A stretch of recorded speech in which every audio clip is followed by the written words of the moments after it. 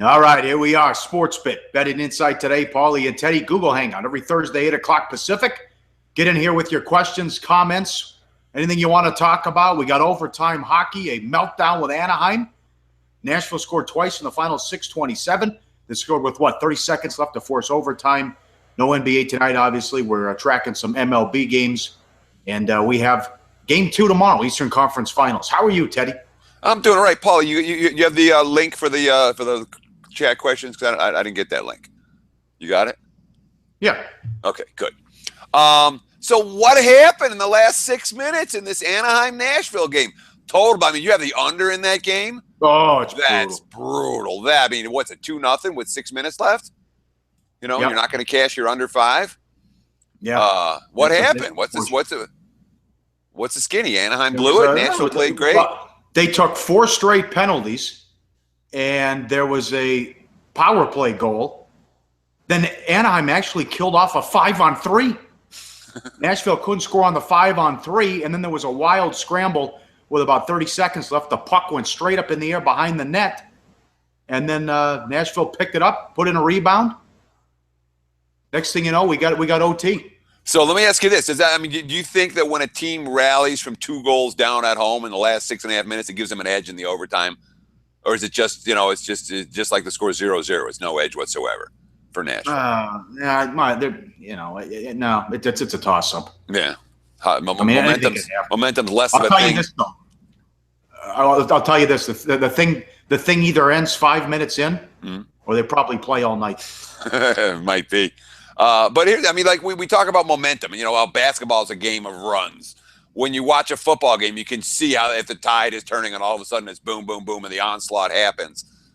Hockey like that, or not really? It's a little bit more random than that because there's a goalie, and it's is the goalie getting stops or not, and that's not necessarily anything that momentum is going to create. What would you say, Paul? Give me that again. I was looking at some questions about momentum. I'm saying that when you're talking about basketball, it's a legitimate game of runs. You can see the runs coming. In football, you can see the runs coming. Oh, here the momentum has swung, and boom. There's some effect for that. Anything like that in hockey, or is it just a matter of you can feel when a goal's coming when the ice is tilted? Yeah. When you got a guy like Pecorine in between the pipes, though, anything can happen. But look at what happened in Game 3. The shots were 40-20. Shots on goal were 40-20. And Nashville still trailed late, and they won 2-1. So, there's a lot of times where you can feel a goal's coming and it's complete domination as the ice is tilted. But I don't know. And then you saw the Ottawa game. How about what happened in that game? I didn't see any of that. You're saying I saw 4-0, 10 minutes in. So, and that's just ball game right there and then. Obviously, does anybody ever come back from a 4-0 deficit in hockey? Other than Edmonton blowing a 3-0 lead with 3 minutes left, you rarely see that. I think Boston did in the playoffs a couple years ago against Toronto. I think that was 4-1 late. But no, when it's usually 4-0, that's over. Before we get started, I want to talk for a minute because one thing that this show is sponsored by SBR. We're on SBR every day, Sportsbook Review. We don't talk about them a lot, and it's probably or certainly enough. As much as we should. I got a shill for SBR for a minute. They've done a bunch of really good things. But let's start with this. Whether you go to sportsbookreview.com or sbrpicks.com or sbrodds.com, doesn't matter. It's all going to get you to the same place. You bet offshore, Pauly? Have you ever bet offshore? Yeah. Have you ever been stiffed? No, but I've had issues. I've had problems. Yes, exactly. I've been cut off for winning without explanation. And I've been cut off, and tickets have been voided. Go ahead though. But yeah, sure. You've had issues. Just about everybody that I know that bets offshore at one point or another has had issues. I've had money. Multiple books have gone under that I've been involved in when I had active accounts. Books go out of business. People get stiffed. Books don't pay or they slow pay. It really is the Wild West out there, and SBR can legitimately help. The Sportsbook reviews are rock solid. You want to be betting on books that are rock solid. And we always talk about on the show, hey, you should have more than one account, have 2, have 3, have 4. I was just looking. They got 4 A+ rated books, 5 Dimes Bookmaker, Bet Online, BOL, and Heritage. Frankly, you should have accounts at all 4. If you don't, you should open accounts at all 4. You have $100 to bet, great. Get 4 accounts for $25 each and use line variance to your advantage. You'll win games by half points instead of losing games by half points. SBR has all the reviews, and it's good stuff. I recommend it. I really do, genuinely. You talk about free odds. They have free odds. They're free pick videos and articles. The content keeps improving. A free contest, great way to win a free account. They have a good how to bet on sports section for newbies, an active posting forum. There's plenty to like, Pauly. I have no issues whatsoever talking thumbs up on SBR tonight, and not just because Sportsbit is going to be viewed on Covers, available on covers.com in the weeks and months to come. Really excited about that move. And I'm not sure if we were supposed to say it online out loud, but we just did. Yeah, we're allowed to say it. Sure, right. We are. Yeah, we'll declassify that information. The rating guide, very important too. I always have problems with the names. Thor Moreno. In any event, he wants to get to Thor Marino. Yeah, Thor Marino. Okay. He comes out every week. How do we pronounce your name? If you just spell it out for us, please, so we know. Right. He thinks Boston has a shot tomorrow, fresh legs. LeBron just eviscerated the entire Boston lineup, whoever they threw at him. Olynyk, they were switching everything, so there were some wild matchups. He toyed with Olynyk. He toyed with everybody. 38 points. Amazing but true. But Brad Stevens, 14 years in the league, like Stevens said, this guy's playing maybe his best basketball of his career. I thought it was a decent spot for the Celtics in Game 1 because they win Game 7, right back out there on Wednesday, ride the wave of emotion, and the Cavs were off since May 7th. But I don't know, it doesn't look good. The adjusted series price is minus 2,700, Teddy. I mean, this is Boston season coming up tomorrow. What do you think? Which is, if you're going to make a case for the Celtics, that's where it starts. And we're going to, on Friday Sportsbit, first thing in the morning, it'll be posted as always. Usually getting up now. It's getting up before 10 a.m. Eastern time a lot of times. I usually tweet it out between 10 and 11 East Coast time, between 7 and 8 here on the left coast. We're going to spend a lot of time talking about this game. Obviously, it's a game that people want a good discussion on. But when you say this is Boston's season, I'm with you on that concept. And all the quotes coming out of the locker room is, hey, we like being dogs. We're at our best when our back's against the wall. The Celtics are saying the right things. I think they have the right mentality. I don't know if that's going to be enough, but it's a Boston or nothing type of spot for me. Celtics game, maybe Celtics first half. You can make an argument that you can view this game as a team down 2 going home a team down 0-2 going home for Game 3. Even though that's not actually the situation the Celtics are in, it feels like they would play with that level of intensity here. Boston goes to Cleveland 0-2, and it may well be 1-2-3 Cancun. Talked to Sean Granda today on the VSiN show, play-by-play guy of the Celtics. He gave out an amazing stat that the Celtics are just within 5 in the rebounding margin. They're like 42-12 or something like that. It's a ridiculous number with their record. But as we talked about on Sportsbet, they were 27th in the regular season of rebounding. And Tristan Thompson outplayed Horford, didn't miss a shot. Problem number 1. Problem number 2, the Cavs bench didn't do much, and Kyrie only had, 11 or 12 points, and they still ran him out. So, it's going to be hard to see how the Celtics can be competitive in this one. So you're Boston, you got the number 1 pick. All right. They're saying, let's get a wing. Fultz is going to be the number 1 guy. I don't think the Celtics are going to get involved with the ball circus. I think he's, ready-made for L.A. That's where he wants to be, et cetera, et cetera. So I would expect Boston to take Fultz number 1. And we watch Fultz, we watch a lot of Pac-12 basketball. He's a heck of a player. But you ask me what the Celtics need, they need Shaq. You know what I mean? They need Tristan Thompson. They need somebody who is big and bulky and will take up space in the paint and will block shots. And Al Horford isn't that guy. Horford is a good low post player. He is not, and he's a solid low post defender.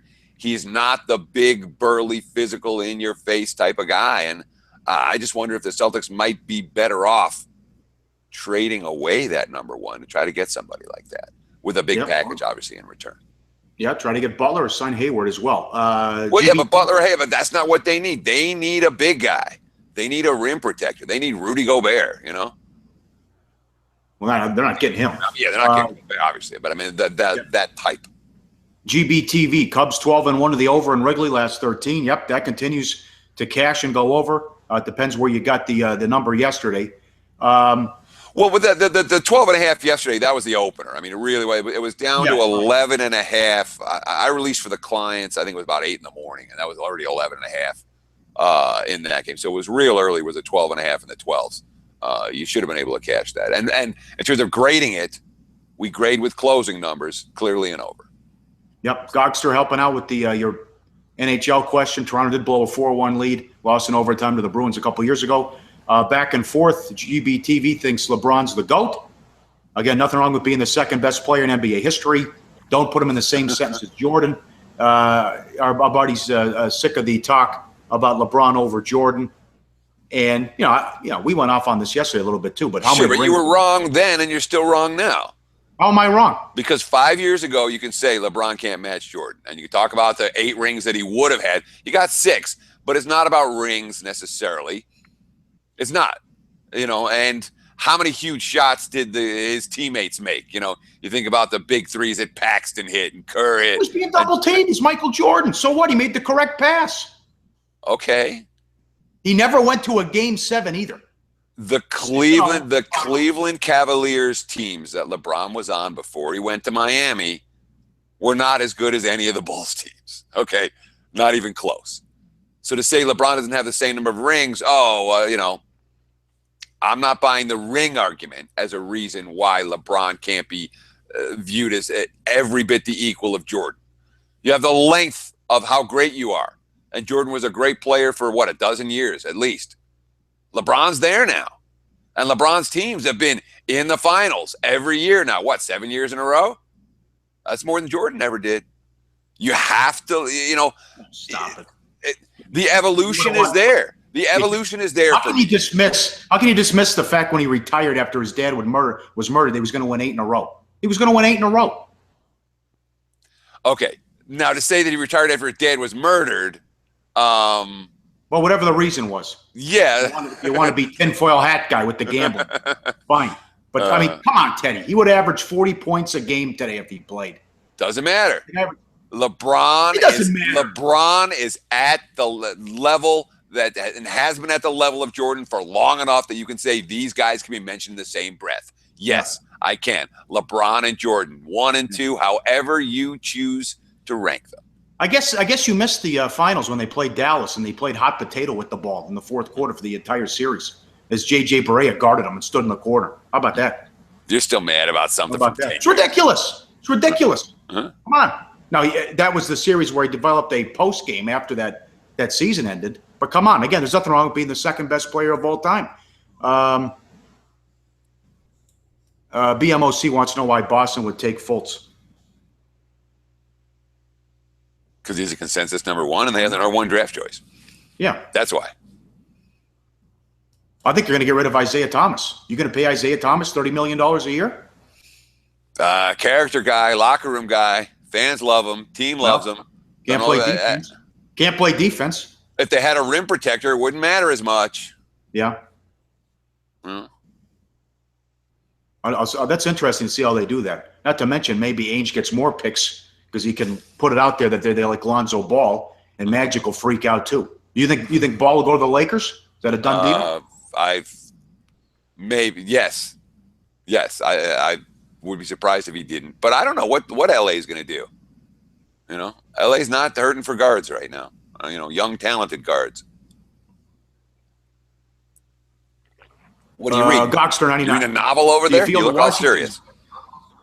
I'm reading questions. Do you feel Washington's bullpen will hinder their success down the road? Yeah, absolutely. Although they're still running away with a division. What are they, 11 games over 500? Yeah, nobody else. Where would they be if they had a bullpen? But they have to get that fixed if they're going to do something in October. And they will. I agree with Gogster. Because, again, the Nats are clearly going to be buyers at the deadline.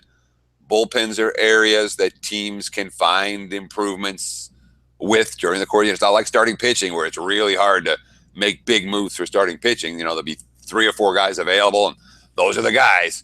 bullpen help is readily available, and I would expect Washington to spend the money to fix that problem.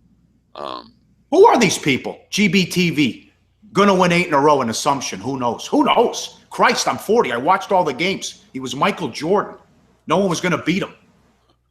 They were going to win 8 in a row, rest assured. No one could even take him to a game 7. He's the reason Stockton and Mailman don't have a ring. Kemp, Peyton, Barkley. List goes on and on. Beat Drexler. Give me a break. He was going to take them all out.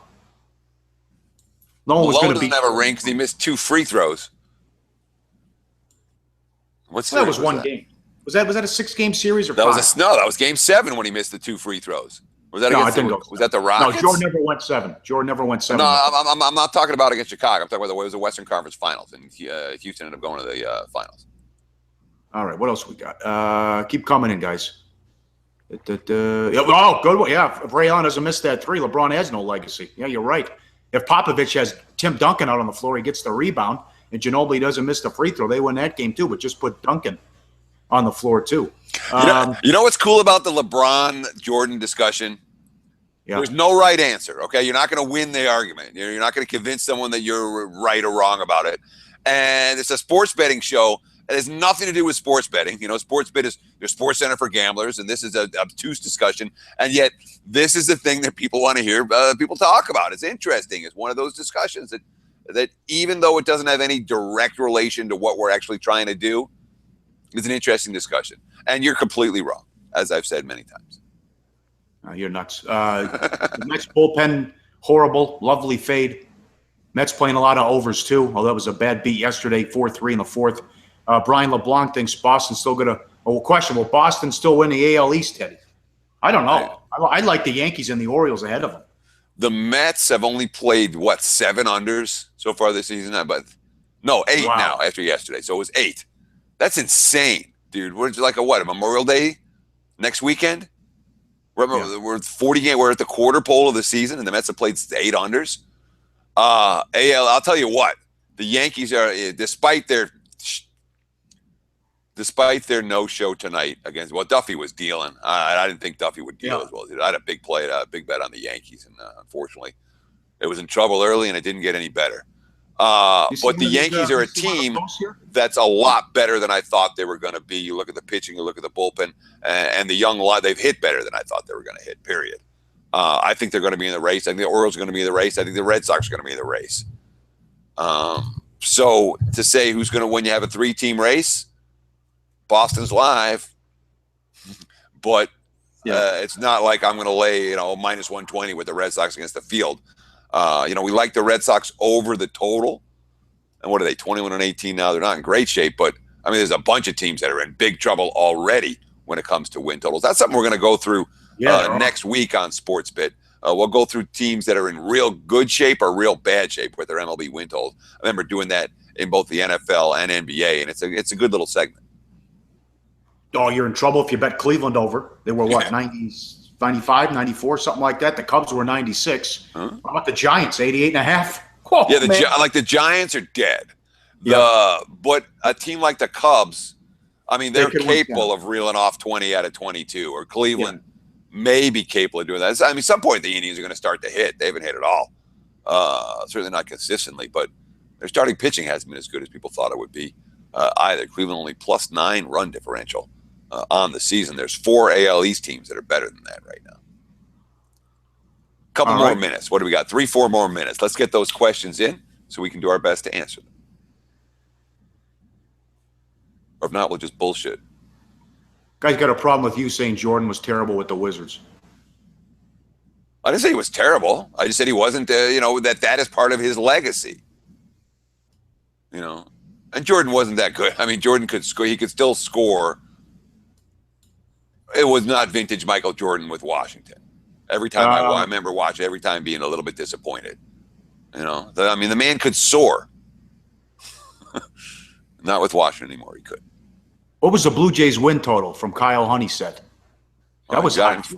You're in trouble if you had that. Let me take a look real quick. I'll get a number for you. Regular season team total wins.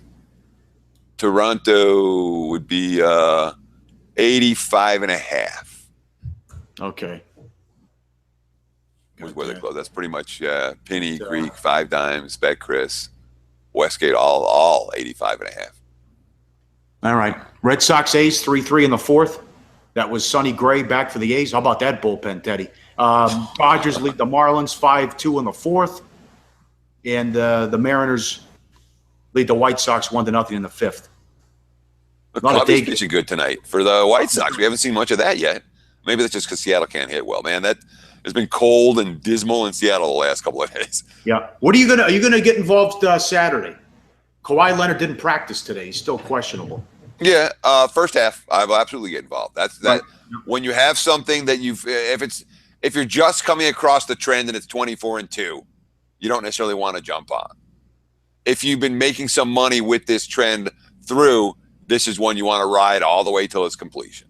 And when you're talking about the 0-2 teams coming home for Game 3, it's an auto bet for me.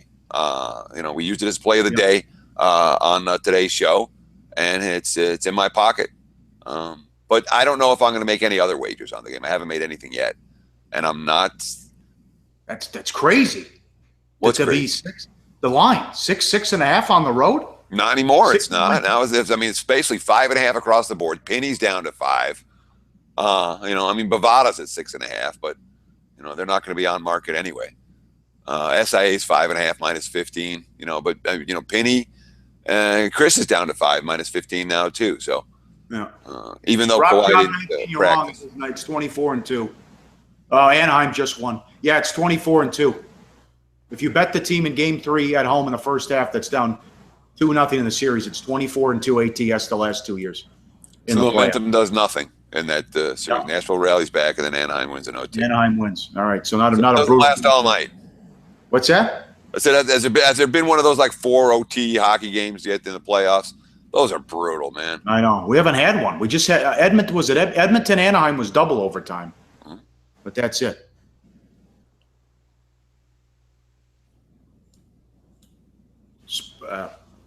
Spurs to win the first half, Warriors to win the full game, plus 550, according to Blake Kersey here. Wow. All right. Should be a fun weekend. Yeah, there's worse bets out there than that. No. There's no worse bets out there than that. What about the odds on the Cavs and Warriors to meet in the finals now? Jesus, we did the parlay on air today. Yeah. If you parlay the adjusted series prices, it's $20 to win $1. If you bet $20 the other way, it pays $7,200. Can you imagine that? And the Celtics are down 1-0 in the series with home court. Celtics Cavs are 2,700. And I saw the Warriors 7,500. And they're higher than that in some spots, too. Unbelievable. It doesn't matter. People think it's free money. The South Point took a $60,000 bet on the Cavs yesterday. They don't care what the money line is. They don't care what the series price is. They're going to lay it. Doesn't matter. It doesn't matter. And given that situation, if the sports books know that's going to happen, it is up to them to adjust. And obviously, that's what they did. That's why we're seeing very different lines for Game 2 than we saw for Game 1. And that's why you saw the Eastern Conference Finals series price was $9 when the Game 1 money line was like $1.80, $1.90, and they didn't have home court. All right, we'll see you tomorrow morning. Sports Betting Insight today. We have fresh numbers, college football win totals. We'll also preview Game 2 Eastern Conference Finals. Bad beats, bad bets, bad for the books. And we're every Thursday with the Google Hangout. Thanks a lot, guys. We got Seahawks, too. Yeah, we're previewing the Seahawks. NFL team previews continue. Yes, we wrap up the NFC West today, too. That'll be fun. Cheers. Thanks for stopping by, guys.